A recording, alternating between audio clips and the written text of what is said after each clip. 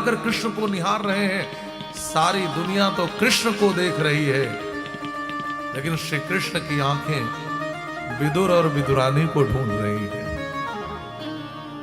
भगवान की आंखें तो अपने भक्त को ढूंढती है। इस पूरे एक एक भीड़ का निरीक्षण कर रहे हैं। इस हस्तिनापुर में तो मेरे दो भक्त विदुर और उनकी पत्नी, वो किधर है? महाराज तब तक श्री कृष्ण की दृष्टि पड़ गई। एक ऊंचे टीले पर दोनों खड़े हैं, हाथ उठाए। उनको लगता था कि हम उनकी दृष्टि में आएंगे ही नहीं, लेकिन भगवान श्याम सुंदर ने देखा तो हाथ उठाकर वहीं से कहा, चाची जी, चाचा जी, राम राम। विदुरानी चाची ने कहा, जी सुना आपने? भगवान द्वारिकाधीश ने हमें राम राम कहा। विदुर चाचा ने कहा, बाबरी तेरे कान बज रहे होंगे, इतने भीड़ भाड़ में, इतने बैंड बाजे में, इतने शोरगुल में तुम्हें राम राम सुनाई दिया? मुझे तो नहीं सुनाई दिया। विदुरानी चाची हाथ जोड़कर प्रार्थना कर रही हैं, हे द्वारिकाधीश मेरे घर पधारना, हे द्वारिकाधीश मैं अपने हाथों से आपको खिलाऊंगी, मेरे घर पधारना। हम बहुत जोर से चिल्लाते हैं ना, परमात्मा कितना सुनते होंगे वो तो परमात्मा ही जानते हैं, लेकिन कोई हृदय से पुकारे तो आवाज उनके कानों तक जरूर पहुंचती है। विदुरानी चाची ने हृदय से पुकारा, बात कन्हैया तक पहुंच गई। हाथ उठाकर कहा, चाची जी प्रतीक्षा करना, मैं तुम्हारे घर जरूर आऊंगा। विदुरानी चाची ने कहा, जी सुना उन्होंने मेरे घर आने की बात कही। विदुर चाचा ने कहा, बाबरी तेरे फिर कान बज रहे होंगे, कहां वह द्वारिकाधीश, कहां वो हमारे घर आने लगे। अरे तुम्हें पता है राजमहल में उनके स्वागत की कितनी बड़ी तैयारी है। वो तो राजमहल के आज राज अतिथि हैं, वो हम गरीब की झोपड़ी में कहां से आने लगे। ऐसा है तुम घर जाओ, मुझे तो राज दरबार में जाकर श्री कृष्ण के संभाषण सुनने हैं। विदुरानी चाची को घर भेज दिया और विदुर चाचा सीधे सभा में पधारे। पहले मंत्री थे, सम्मान के साथ बैठते थे दरबार में, लेकिन निष्कासित कर दिए गए हैं। दर्शक दीर्घा में भीड़ में धक्का खाते हुए खड़े हैं, लेकिन श्री कृष्ण की झलक और उनकी वाणी सुननी है। दर्शक दीर्घा में खड़े थे। भगवान श्याम सुंदर सभा में खड़े हो गए। खड़े होकर के भगवान का संभाषण आरंभ हुआ। भगवान ने कहा, दुर्योधन, पांडवों के 12 वर्ष का वनवास और 1 वर्ष का ज्ञातवास पूर्ण हो गया पूर्ण ज्ञातवास, पांडव लौटे वन से साहस। रश्मि रथी में दिनकर जी ने लिखा। देखो दुर्योधन, दो न्याय अगर तो आधा दो। न्याय के अनुसार न्यायोचित तो यह है कि अपना आधा राज्य पांडवों को दे दो। दुर्योधन ने कहा यह संभव नहीं है। तो भगवान श्याम सुंदर तो शांति दूत बनकर आए ना, प्रस्ताव लेकर आए। कहा कोई बात नहीं, तुम्हें संतोष नहीं है ना, तो सुनो, दो न्याय अगर तो आधा दो, इसमें भी यदि बाधा हो तो दे दो केवल 5 ग्राम। रखो अपनी धरती तमाम, हम वही खुशी से खाएंगे, परिजन पर असी न उठाएंगे। केवल 5 गांव दे दो। लेकिन दुर्योधन ने कहा 5 गांव? केशव 5 गांव तो बहुत होते हैं। मैं तो बिना युद्ध के सुई भर नोक जमीन भी देने को तैयार नहीं हूं। सुच्यग्रे नैव दास्यामि बिना युद्धे न केशवा। हाँ, पांडवों में दम है तो उनसे कहो कि हमसे युद्ध करके ले ले, जरा मैं देखूं कितनी ताकत है। भगवान ने कहा, दुर्योधन यह उचित नहीं है, यह उचित नहीं है, यह अन्याय है पांडवों के साथ। दुर्योधन ने कहा, न्याय अन्याय का प्रश्न उठाने वाला दूत नहीं हो सकता। आप कौन होते हो? आप तो सूचना लेकर आए और ये संदेश सुना देना। भगवान श्याम सुंदर ने कहा, दुर्योधन मैं न्याय की बात कर सकता हूं, यह पांडवों के साथ घोर अन्याय है। उन्होंने भरी सभा में हुंकार भरी। दुर्योधन ने कहा, अब अन्याय है तो है, और अब सुन लो, पांडवों के पक्ष से यदि आप ज्यादा बोलोगे तो अभी आपको भी बांध करके ही कारागार में कैद कर लूंगा। भगवान द्वारिकाधीश ने कहा, दुर्योधन तू बड़बोला था, मैंने सुना था, लेकिन तू इतना उदंड भी है मुझे नहीं पता था। तुझे पता है कि तू किससे बात कर रहा है? तो मुझे बांधने की बात करता है। दुर्योधन वह भी दे न सका, आशीष समाज की ले न सका, उल्टे हरि को बांधने चला, जो था असाध्य साधने चला। भगवान श्याम सुंदर ने कहा तो ठीक है दुर्योधन, तो पहले मुझे बांध कर दिखा। हरि ने भीषण हुंकार किया, अपना स्वरूप विस्तार किया, डगमग डगमग दिग्गज डोले। भगवान कुपित होकर बोले, यह देख गगन मुझ में लय है, यह देख पवन मुझ में लय है। जिह्वा से कढ़ती सांस सघन, सांसों से पाता जन्म पवन। यदि मुझे बांधना चाहे मन, पहले तो बांध अनंत गगन। इतना कहकर भगवान ने विराट रूप को प्रकट किया। हाथों में चक्र सुदर्शन नाचने लगा, हाहाकार मच गया। धृतराष्ट्र ने तुरंत दुर्योधन के हाथ को दबाया, बेटा जल्दी से चरणों में गिर जा, तेरा बाप अनुभव के साथ बोल रहा है, नहीं अगले ही क्षण यह सुदर्शन चक्र तेरा गर्दन उतार देगा। इतना सुनना था, दुर्योधन दौड़ा, धड़ाम से कृष्ण के चरणों में गिर पड़ा और कहा मुझे क्षमा कर दो, द्वारकाधीश मुझे क्षमा कर दो, मुझे ऐसा नहीं बोलना चाहिए था, मैंने वापस लिया, आपको बांधने की बात नहीं करनी चाहिए थी, मुझसे गलती हो गई। भगवान शांत हो गए।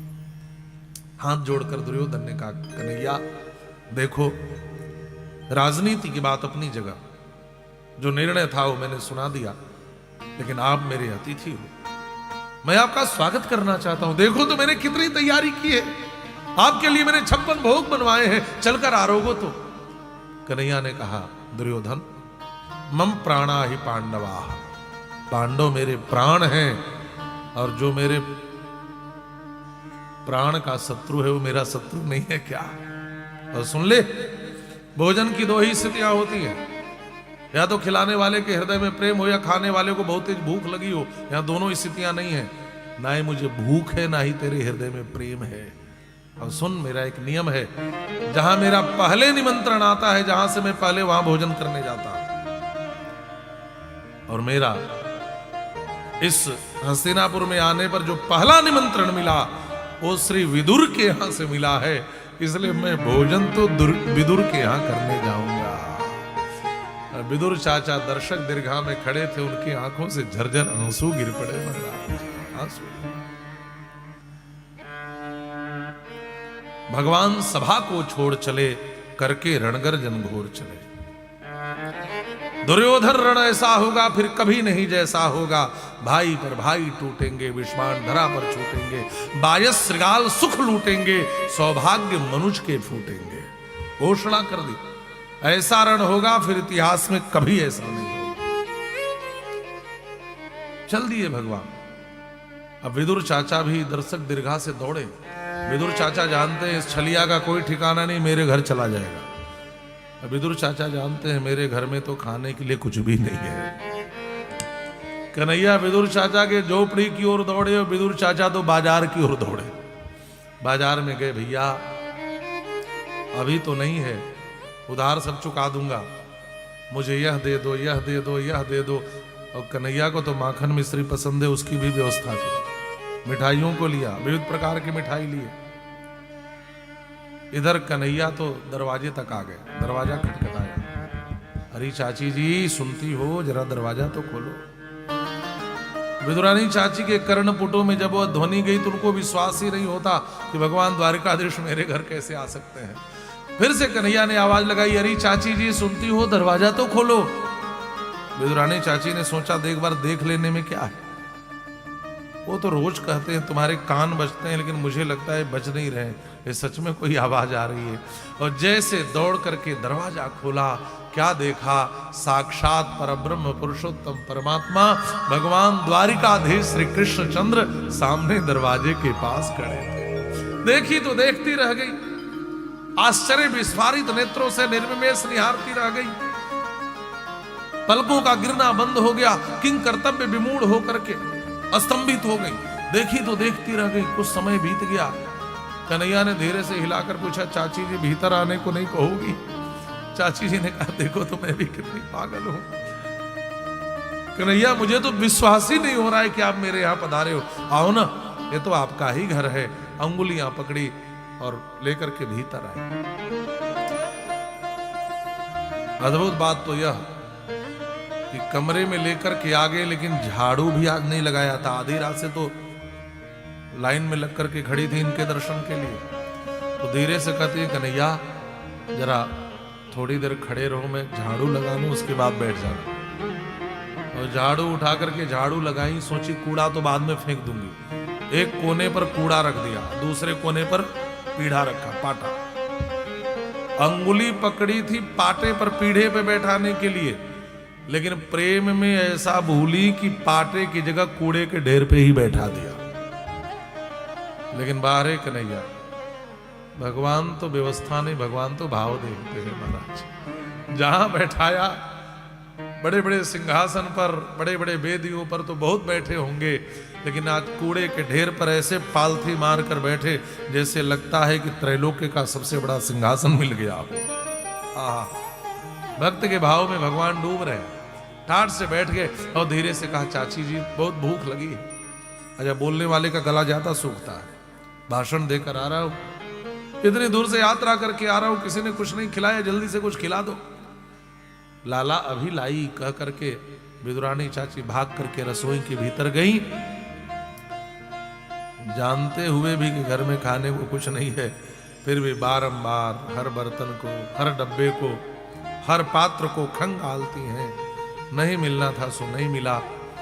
कन्हैया ने फिर से आवाज लगाई, चाची जी बड़ी भूख लगी है, जल्दी से कुछ खिला दो। हाँ कन्हैया लाई ना, थोड़ी देर लाला रुक जाओ, अभी लेकर आई। अब महाराज बार बार उसी बर्तनों को खंगाले, बार बार उसी पात्र को, शायद कुछ मिल जाए, कुछ मिल जाए, कुछ मिल जाए, कुछ भी नहीं मिला। फिर कन्हैया ने आवाज लगाई, चाची जी भूख सहन नहीं हो रहा है, जल्दी से कुछ लेकर के आओ। चाची जी ने कहा, बस कन्हैया अभी लेकर के आई। अब तो महाराज मन ही मन सोचने लगी, पता नहीं ये कहां रह गए, ये घर होते तो जल्दी से बाजार दौड़ाकर कुछ मंगा लेती, इनको भी आज ही रहना था, पता नहीं कहां। कन्हैया ने फिर आवाज लगाई, चाची जी भूख सहन नहीं हो रही है, जल्दी से कुछ ले आओ। अब चाची जी को तो लगता है कि धरती फट जाए, मैं भीतर समा जाऊं, कौन सा मुंह लेकर सामने जाऊं। भीतर खड़ी है, क्या कहूंगी जाकर, कैसे कहूंगी कि मेरे घर में खाने के लिए तो कुछ भी नहीं है, क्या करूं, कहां जाऊं, क्या लाऊं। कन्हैया की फिर आवाज, चाची जी अब जल्दी से कुछ खिला दो। अब विदुरानी चाची सोचने लगी क्या लाऊं। तब तक ध्यान आया, बाहर घर के केले के वृक्ष जो लगे हैं ना, फल आ गए थे, कच्चे थे, शायद पक गए हो। तेजी से रसोई से निकलकर दौड़ लगाई, वो घर के बाहर पहुंच गई और जाकर देखा तो सौभाग्य से केले पके हुए थे। तुरंत एक केले का पत्ता तोड़ा, उस पर केले के फल को धुल करके जल्दी से दौड़कर आई और कन्हैया के पास में पालथी मार कर बैठ गई और धीरे से कहती है, लाला अभी तो खाने के लिए फल ही है, लेकिन रुको, तुम्हारे चाचा जी आएंगे ना तो बाजार से बढ़िया बढ़िया मिठाई मंगा कर खिलाऊंगी और अपने हाथों से बढ़िया बढ़िया व्यंजन बना के खिलाऊंगी। बहुत तेज भूख लगी है ना, तब तक इस केले को खा लो। कन्हैया ने कहा, हाँ चाची जी लाओ। और चाची जी इतनी भाव में डूबी हैं कि अपने से केला लेती है, अपने से छिलका हटाती है। और छिलका हटाया, पकड़ाना था फल के भाग को, लेकिन वो छिलका ही पकड़ा दे। अच्छा, छिलका पकड़ाई, फल दूसरी ओर फेंके, छिलका पकड़ाए और बाहर प्रभु इस छिलके को ही लेकर भगवान खाने लगे। एक बार भी नहीं कहा कि आप मुझे छिलका दे रही हो। भगवान को जो भी भाव से दे दो तो ग्रहण करना शुरू कर दिए महाराज। छिलका खिलाती जाए, भगवान खाते जाए। कुछ देर बाद दरवाजे पर फिर से दस्तक हुई। अरे सुनती हो, जल्दी दरवाजा खोलो। विदुरानी चाची ने कहा, अरे रुको आ रही हूं, दरवाजा तोड़ दोगे क्या। भागी भागी आई, दरवाजा खोला। विदुर चाचा ढेर सारी सामग्रियां लेकर के आए थे। ये व्यंजन बनवाऊंगा, ये व्यंजन बनवाऊंगा, ये मिठाई माखन सब लिए खड़े थे। एक ही सांस में घटना सुनाई, जानती हो, जिस दुर्योधन ने भरी सभा में मेरा अपमान करके बहिष्कृत किया था, आज उसी भरी सभा में भगवान द्वारिकाधीश ने मेरा सम्मान बढ़ा दिया। पता है, उन्होंने भरी सभा में कहा कि मैं तुम्हारे यहां भोजन नहीं करूंगा, मैं विदुर के घर भोजन करने जाऊंगा। विदुर के घर भोजन करने, इतना कहकर विदुर चाचा रो पड़े। जिस दुर्योधन ने मेरा अपमान किया था, उस दुर्योधन को अपमानित करके आज भगवान द्वारिकाधीश ने मेरा सम्मान बढ़ा दिया। दुर्योधन के प्रस्ताव को ठुकरा दिया और उन्होंने कहा मैं विदुर के घर भोजन करने जाऊंगा। इतना कह करके विदुर चाचा फिर रो पड़े। विदुरानी चाची ने उनके आंसुओं को पोंछा और कहा सुनो, वो सम्मान नहीं बढ़ाएंगे तो कौन बढ़ाएगा? हम गरीबों के तो भगवान ही होते हैं और कोई नहीं होता।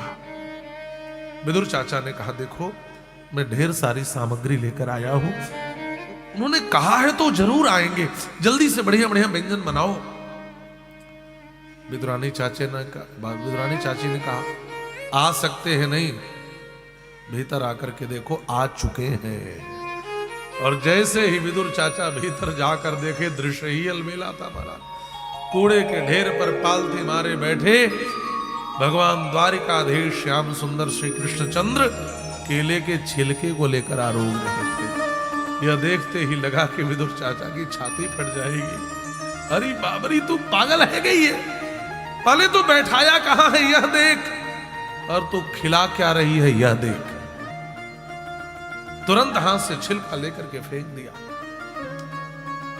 जो मिठाई लेकर आए थे वो कन्हैया को पकड़ाया और कहा द्वारिकाधीश इसको ग्रहण करें। उस मिठाई को भी ले लिया कन्हैया ने और लेकर के आरोगा और धीरे से कहा चाचा जी एक बात कहूं, बुरा तो नहीं मानोगे? विदुर चाचा ने कहा कहूं ना।